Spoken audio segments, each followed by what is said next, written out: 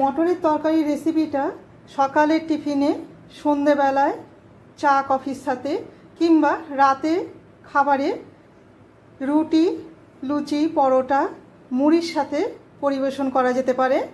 তার রেসিপিটা কি করে নেওয়া যায় দেখা যাক। নমস্কার বন্ধুরা, মায়ের মামনির রান্নাঘরে সবাইকে স্বাগত। আজকে চটজলদি করে নেব মটর দিয়ে ঘুগনির রেসিপিটি। তা আমি লবণ আর হলুদ আর বড় টমেটো 4 ভাগের 1 ভাগ টমেটো দিয়ে সেদ্ধ করতে দিয়েছিলাম। আর নিয়েছি একটা পেঁয়াজ আর 3টে কাঁচা লঙ্কাকে কুচিয়ে নিয়েছি। ঝালটা আপনারা আপনাদের পছন্দ মতো নেবেন, আর বাকি উপকরণগুলো আমি দিতে বলে নেব।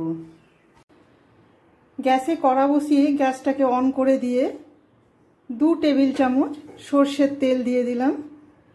তেলের পরিমাণটা আপনারা কম বেশি করে দেবেন।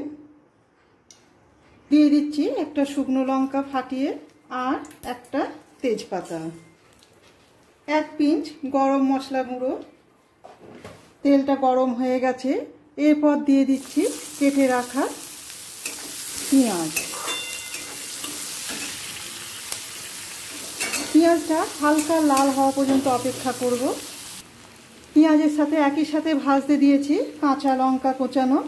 দিয়ে দিলাম 1.25 চামচ আদা রসুন বাটা। এরপর একে একে দিয়ে দেব পরিমাণ মতো লবণ। যেহেতু মটরটা লবণ আর হলুদ দিয়ে সেদ্ধ করা আছে, সেই বুঝে এখন লবণটা দিলাম। 1/2 চামচ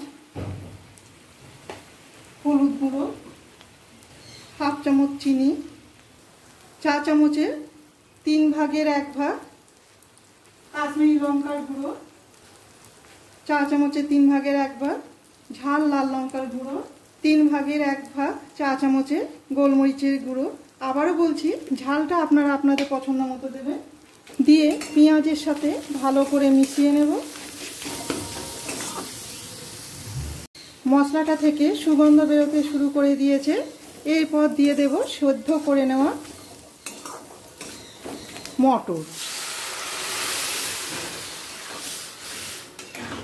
মটরটা মশলার সাথে ভালো করে মিশিয়ে নিচ্ছে।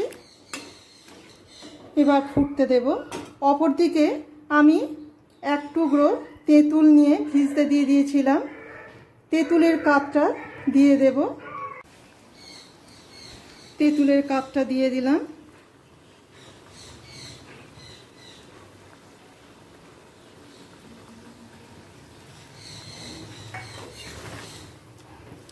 একবার তেঁতুলের কাপটা মটরের সাথে মিশিয়ে নিয়ে ফুটতে দেব।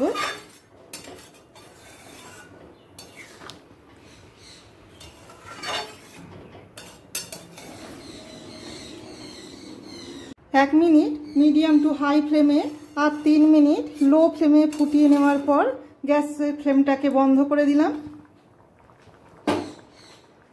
এবার ওপর থেকে দিয়ে দেব আরও 1 পিঞ্চ গরম মশলা গুঁড়ো। দিয়ে দেব 5 মিশুলি মশলা, যেটাতে জিরে, ধনে, গরম মশলা, গোলমরিচ গুঁড়ো একসাথে শুকনো খোলায় ভেজে নিয়ে গুঁড়ো করা। ওপর থেকে দিয়ে দিলাম ধনে পাতা কুচি। ব্যাস রেডি ঘুগনি। এই ধরনের রেসিপি সকালের টিফিনে বা রাতের খাবারে কিংবা সন্ধেবেলায় জল খাবারে ভীষণই ভালো লাগে।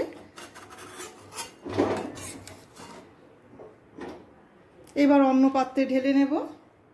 যে পাত্রে আমি রেখেছিলাম সেই পাত্রে আমি ঢেলে দিলাম।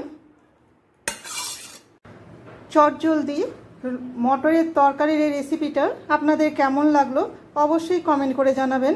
ভালো লেগে থাকলে একটা লাইক, শেয়ার আর সাবস্ক্রাইব করে রাখার অনুরোধ রইল।